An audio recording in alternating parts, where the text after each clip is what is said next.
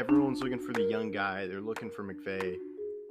I think take a shot out Todd Bowles, get him a second shot at head coach, and see if he can do it. I don't think they will. If they don't have Anthony Davis, I'm saying it right now. If Anthony Davis is out for the playoffs, they don't make it out of the first round. It's crazy. And our kids will know how great Tom Brady is because he's going to be playing. Yes, it is 15.0%. That's what the Yankees brought Garrett Cole to do. He was a 6th-round pick. This is a fairy tale story that's being written in front of our eyes. People like to call them their JV team, and they just stole one of their better players. They didn't struggle against the Padres. The Padres didn't really put up a fight in most of the games. Jerry Jones, hope you're listening. Hi, I'm Landon Bowe, and you're listening to Outsiders Opinions with Kevin and Austin.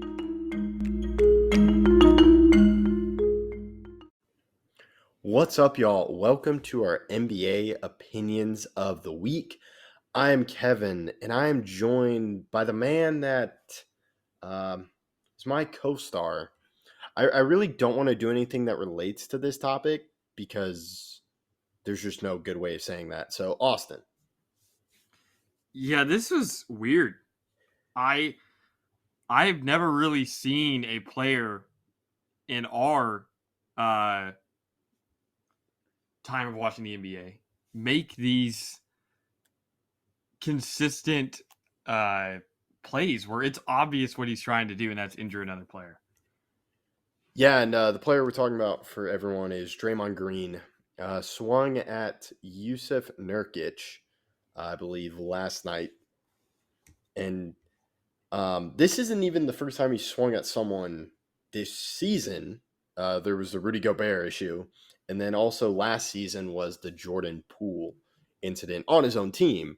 And this is, we haven't really seen this. You kind of hear stories about it, but it's still very rare that a player is trying to injure another person. Consistently. Consistently. I've seen it before in hockey or in another sport, but it's usually a one-time thing. Like the Jose Bautista, Ruben Odor, right? Where they're fighting each other. When did either one of those players do anything like that ever again? No. Were they trying to injure each other right there? Yeah, probably. But never again. That's a one-time thing. The Jose Ramirez and Tim Anderson thing this year. I don't think we're ever going to see either of those players make, like they were trying to hurt each other, but like that's a one-time thing. And I just brought those two up. Those are two going at it. Like they know, hey, we're going at it. It was never caught off guard. These Draymond acts are caught off guard, no reason about them. The person does not expect it to happen. He's just a bully. It's not even the equal fight. They're not just going up to fight. No, he's taking hacks at people when they're not ready, when they're not prepared for him to get a cheap shot. And that's really what they are. They're cheap. Yeah, and they definitely shouldn't do it. And I'm rewatching the Nurkic video, and it's just basketball. And I think Nurkic is trying to get out of the box out, and then Draymond just swings at him. And Draymond has always been an antagonizer, but clearly this is way too far. You're just punching people for no reason. There's no beef between them. Like, this isn't even antagonizer. Yeah. This isn't that antagonizer is usually someone that wants the other team to get mad, right? And make the other team get fouls. When I think antagonizer, I think of a player that's just feisty, that makes other people make dumb decisions. Draymond's making the dumb decisions. Yes, yeah. When I think of an antagonizer too, I think of like a wide receiver or a corner that baits the other one to make a foul. Not what Draymond's doing. What were you going to say? Well, yeah, I think the history, like before these incidents, Draymond was always talking. He was kind of, I think, antagonizer, being that talkative guy on the court. But now it's gone to a step too far, as you were saying. So that's kind of the history with Draymond. Like he's not been a quiet guy on the court. He's been a talker, trash talker. But this is way beyond trash talking for him. Yeah, and Patrick Beverley is more of an antagonizer. Patrick Beverley he made dirty plays in his career? Yes, he has. But he's done out there actively punching people. Like this is a whole different level of, again, antagonizers get people mad. Lance Stevenson. I think of players that maybe they've had a dirty play or two in their career, but I can count on two hands dirty plays that Draymond's made in his career, and that's a problem. Whether it's this year Rudy Gobert, this year Yusuf Nurkic, last year Jordan Poole, the LeBron in the finals, the Steven Adams kick to the groin. There's just so many instances of him making very dirty plays with no consideration for anyone else's health besides his own. It's a problem, and the Warriors are for the worst of it. Yeah, I agree. Yeah, it's definitely a problem, and you can't have this. And as we're right before we started recording, the news broke that he's suspended indefinitely, which I think is the right move for them, because it's the second time in a season he's done this, and it's in like second season where there's been an issue of punching, and yeah, it's for sure a problem, and you can't have it for the game. It's a bad yeah, watch. Imagine that being your first. You bring your kid to a game like that. Like that is. It's different in hockey because it can be explained away. It was also not a cheap shot. It's usually never a cheap shot in hockey when they're fighting. Like, hey, we're going to fight. It's like UFC or WWE, which I know a lot of kids watch. It's two guys going at it. It's not what Draymond is doing. And the Warriors are struggling. They're 10-13 now. They may not even make the play-in. Like, Curry needs a lot of help, and he's not getting it from either Wiggins, Clay, or obviously Draymond. And do you think Draymond Green gets a season-long suspension, or do you think it's just 10 games? I think it has to be a season long. It has to be more than 10 games for me. Could it be a jaw? Jaw got 25. Do you think it'd be a jaw length? I think you gotta go. Oh man, I would say I could see it 25. I could see it 25. I can see it 25, but I think you gotta be pretty harsh on this, because like you and I were talking about, like, this isn't antagonizing. This is just going after the player on the court. I think he should. Like, he's suspended indefinitely. I think you got to see something from him, because, like, you just can't have this. I know that's the Captain Obvious. You just can't have a player doing this. Let me read the report. The last sentence that is very important in the report that we read. I know you said that part of it that's suspended indefinitely, but Draymond Green, per the NBA, will be required to meet certain league and team conditions before he returns to play. So I'm assuming, like the jaw situation, he will have to do certain things to even have the chance of coming back. I would assume it's around 25 games, mainly because he is such a big personality and the Warriors make so much money and they're a fun watch. But there's no way he's back before the end of January. Like, he has to be. Maybe by the All-Star break, I could see him returning. But at the same time, like you said, this is Captain Obvious. You can't have this as the mantra of the league. This can't be what the league endorses. Yeah. And I was like, yeah, it was kind of, he's always been a big personality and already a polarizing player, because some guys are like, I can't stand Draymond Green. Other people are like, he is a good player. He does that, but everyone's in agreement as you just can't have him doing this. And yeah, the league is doing everything by it. But yeah, to the Warriors, Draymond Green, I don't think is a better fit anywhere else than the Warriors. If you want to talk more about the player aspect and how this affects the Warriors, as you mentioned, their standings. Yeah, he could not fit anywhere else, and we had trouble last year seeing if he could fit on the Warriors because of what he did to Jordan Poole. I think at some point this will come back to bite him. Many people have said, is he a Hall of Famer? Is he this? Is he that?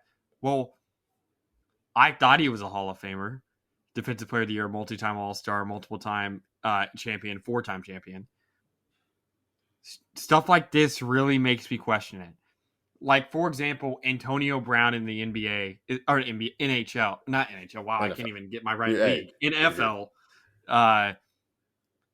it's that type of situation where there's so much off the field, off the court, and I guess this is technically on the court, but it's those problems that stick with you that make the league look bad. That while Antonio Brown is talent-wise Antonio Brown, I will die on the hill that Antonio Brown's a top 5 wide receiver all-time talent wise. I don't know if Antonio Brown is getting in the Hall of Fame, despite the fact that he has some crazy stats. Antonio Brown is one of 2 wide receivers ever to have 3 straight All-Pro first teams.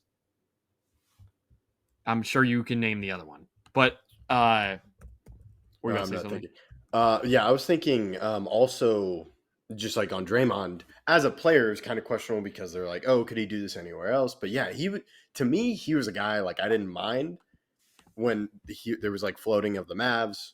Like, oh, dude, I was like, it's toxic already. I'm fine adding Draymond Green. I'm glad they didn't because now, like, how can you have this guy on your team? I don't know how the Warriors make it work with him. How is this a representation for how the young guys on the Warriors need to play it? Like this, he's not a good leader. Going back to Antonio Brown's stat, I kind of messed it up. It's 4 straight All-Pro first teams. Antonio Brown is one of 2 wide receivers all time. The other guy being Jerry Rice. All right. To That have was gonna 4 be my straight guess. All-Pro first teams. But again, don't know if he's going to make it. And that's really the question with Draymond Green. We're kind of beating a dead horse here, but I'll let you finish it out with just do you think he gets suspended for the rest of the year? Is that something you think will happen? Yeah, I think that's possible. 25 just seems a little bit. It's like I know Ja got 25, and that whole situation, man, they're tough to compare for me because they're both really bad. But I feel like with Ja was kind of just out of nowhere. You've seen this type of personality from Draymond. It's 2 things, like maybe a month or 2 apart. When was the Rudy Gobert thing? It wasn't that long ago. It may have been a Okay. month. It may have been a Yeah, I don't month. know. Time's been weird, but yeah, it's not Time has that been far weird. apart. So I think you kind of have to be pretty harsh, and that's a big contract for him. And then another thing that came to me is like we've seen Draymond on TNT, we've seen him have his own podcast. What are the effects of that? Because I think if you're TNT, you kind of distance yourself and like, hey, we don't really want you on our show right now or for the foreseeable future. I don't know how much attention you paid to the pregame and halftime shows. Yeah, I didn't really pay attention all that much, so I don't really have much to add. But at the same time, this has to change. That is something that I know everybody knows, and it's very concerning, especially when this guy is supposed to be a Hall of Fame level talent. And he was a guy that was always heralded with the great Warriors team. Like Draymond Green is a key part of He's this. on that Mount Rushmore. Yeah, he's a leader on this team, and he's shown that. I think it was debated, was he a leader, but he was valuable to that team leadership wise. But now, okay, do you really want this guy as a leader on your team? No. Yeah, I would agree. I don't want him on the team. And if I'm the Warriors, I'd try to replace him while he's gone. Or you got to find something new. Because they, like you said, they're struggling and they got to figure this out because they need support for Steph. Yeah, I mean, there's nothing more to add. Like I said, it's beating a dead horse, and it's a major problem that the league is obviously addressing as they need to. And I think the league is handling it pretty well so far. We'll see what the punishment is. Yeah, I would say I wouldn't be mad if it was 25 games. I could see it. Now, what I think I can see 25. Because that's Ja as well. Like, I could see that. There's precedent for it. But anything less than that, I do have a problem with it. Yeah, if they kind of try to sweep it under the rug, then I'm going to be like, okay, this is not the right move. But I think it's more than 25 games for me, and it's going to be an extensive amount.